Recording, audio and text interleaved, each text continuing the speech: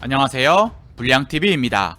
오늘 전해드릴 이야기는요, 2026 월드컵에서 한국이 만났으면 하는 나라 탑10을 선정하였습니다. 10위는 이집트입니다. 월드컵 진출국들 중에 피파 랭킹은 높지만 최근 2년간의 A매치에서 좋지 못한 모습을 보이는 이집트는 최근 우즈베키스탄에게 패했습니다. 지난 아프리카 네이션스에선 단 1승도 거두지 못하고 탈락하는 등 수비에서 치명적인 단점을 드러내고 있다는 것입니다. 공격의 모하메드 살라와 마르무시, 쌍두마차가 이끌고 있지만 최근 살라의 폼이 하락세에 접어들고 있고, 마르무시는 지난 시즌 분데스리가의 지배자다운 모습을 상실한 채 벤치 멤버에 머물고 있습니다. 한국은 2022년 6월 살라가 없는 이집트를 4대1로 대파한 경험이 있습니다. 9위는 콩고민주공화국입니다. 대륙간 플레이오프에 진출한 콩고민주공화국은 요한 니사와 완비스카란 걸출한 스타 플레이어를 등에 업고 있으며 썬덜랜드의 노아 사디키, 릴의 무카우 등 탄탄한 허리 라인을 갖추고 있습니다. 이런 스타 플레이어 선수들은 대부분 2024년을 기점으로 콩고민주공화국 국대를 선택을 했죠. 따라서 갈수록 조직력이 발전하고 있고 대륙간 플레이오프에서 더 강한 모습을 기대하는 이들이 많습니다. 아프리카 예선 플레이오프를 통과할 때 콩고민주공화국은 전통의 강호인 카메룬과 나이지리아를 연이어 격파하며 본선 무대 코앞까지 도달했습니다. 뛰어난 피지컬을 가진 콩고를 상대로 한국은 세밀함을 내세워야 합니다. 8위는 남아공입니다. 2010년 월드컵 개최 이후 남아공 축구는 오랜 침체기를 겪어왔습니다. 자국리그 선수를 중심으로 조직력은 나쁘지 않지만 세계 무대에서 통할 만한 번뜩이는 키 플레이어가 없다는 게 마멜로디, 올란도 이 남아공 리그 두 팀에서 국대 선수 대부분이 발탁이 되고 있습니다. 한국과 남아공이 월드컵 본선에서 만날 경우 두 팀은 속도단이 승부를 가릴 것입니다. 남아공은 좌우 윙어가 빠른 편이고 미드필더들의 중거리 슛 한 방이 꽤 커서 한국의 3선 미드필더들이 압박이 느슨해지면 기습적인 실점을 허용할 수 있습니다. 아프리카의 도깨비라 불리던 이 남아공에게 선제 실점은 예측 불가의 90분으로 만들 수 있습니다. 7위는 파라과이입니다. 이 매치업은 창과 방패의 대결입니다. 하지만 파라과이의 방패는 낡았고 한국의 창은 손흥민, 이강인이라는 날카로움을 보여 중이죠. 파라과이의 남미 예선 통과 과정을 보면 확실히 득점보다 실점을 최소화하려는 모습을 많이 보였습니다. 하지만 파라과이는 2025년 10월과 11월 A매치 4경기에서 매경기 2실점에 가까운 아쉬운 수비를 보였다는 것입니다. 파라과이 공격은 이미 월드컵 남미 예선부터 18경기 10골로 빈약한 공격이었습니다. 파라과이의 알파로 감독은 공격을 살리기 위해서 이번 원정 A매치에서 공격적인 옵션 실험을 했지만 실패로 끝났죠. 따라서 월드컵 본선 무대의 파라과이는 수비 장점을 더욱 공고히 할 것입니다. 6위는 카보베르데입니다.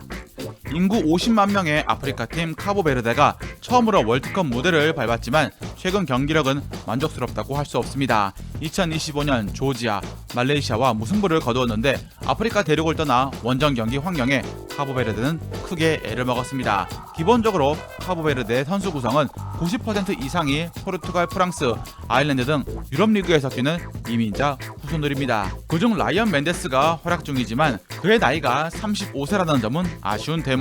카보베르데의 단점이 후반 집중력 저하인데 이강인이 후반 공간을 뚫는 패스로 카보베르데의 뒷공간을 노려야 할 것입니다. 그러나 카보베르데가 선수비 후 역습에 강해 선제골을 허용하면 경기가 끝도 없이 말릴 수 있습니다. 5위는 튀니지입니다.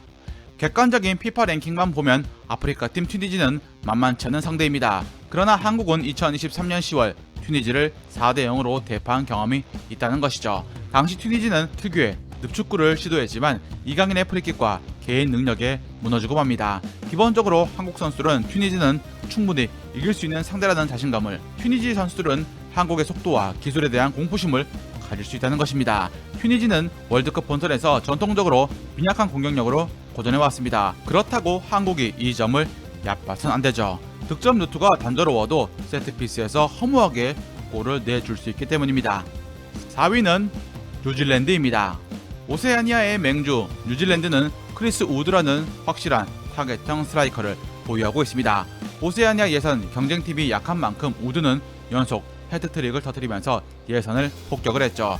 지난 시즌 잉글랜드 프리미어리그에서 리그 20골을 터뜨린 공격수였기에 쉴 수밖에 없었습니다. 따라서 팀 전술의 80% 이상이 우드의 머리를 겨냥한 롱볼과 크로스에 집중되어 있습니다. 김민재와 같은 장신 센터백들의 제공권 장악 능력은 아시아 탑 레벨이긴 하지만 최근 한국 A매치에서 보여준 수비 조직력이 약한 면을 보였기 때문에 모두를 고립시키는 협력 수비 전술이 가능할지 의문입니다. 3위는 IT입니다. IT는 북중미 예선에서 특유의 피지컬과 탄력을 앞세운 축구로 경쟁력을 보여주었습니다. 프란치드 피에로, 듀켄스 나동 등 피지컬이 뛰어난 공격수들은 분명 위협적입니다. 그러나 IT 축구의 가장 큰 문제는 전술적 세밀한 부재라 할 수 있습니다. 닭공 스타일이 북중미 예선 약팀을 상대로 통했을지 몰라도 월드컵 본선에서 똑같이 통할지는 모른 데다가 IT 팀 자체의 수비도 불안정성이 크기 때문입니다. 그래서 그만큼 공격에 올인을 하고 있는데 한국의 김민재라는 큰벽, 이강인의 세밀한 킬패스에 IT는 크게 고전할 가능성이 있습니다. 2위는 큐라소입니다. 북중미 예선을 통과한 인구 15만의 작은 나라 큐라소는 네덜란드 태생의 이중국적 선수를 대거 영입하며 전력을 급격히 강화했습니다. 딕 아드보카트 감독의 지도하에 월드컵 진출에 성공했지만 본선에서 경험 부족이라는 단점을 드러낼 것이란 예측이 많습니다. 큐라소는 자메이카를 따돌리고 본선 직행 티켓을 따냈지만 북중미 예선에서 그리 강한 팀과 붙지 않은 덕에 본선 무대에서 대량 실점을 할 수도 있습니다.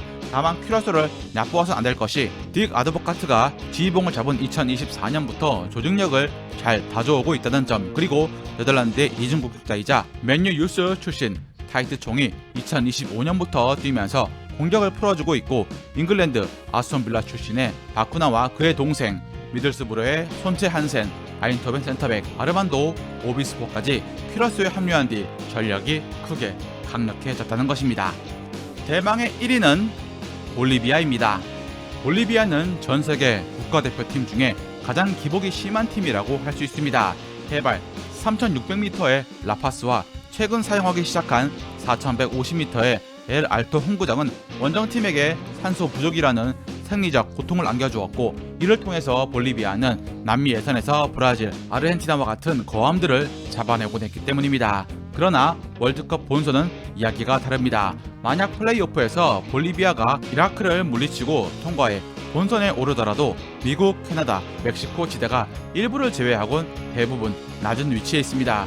볼리비아는 홈 2점을 잃었을 때 1993년부터 2024년까지 월드컵 예선 원정 경기에서 67경기 연속 무승이라는 충격적인 기록을 보유하고 있습니다.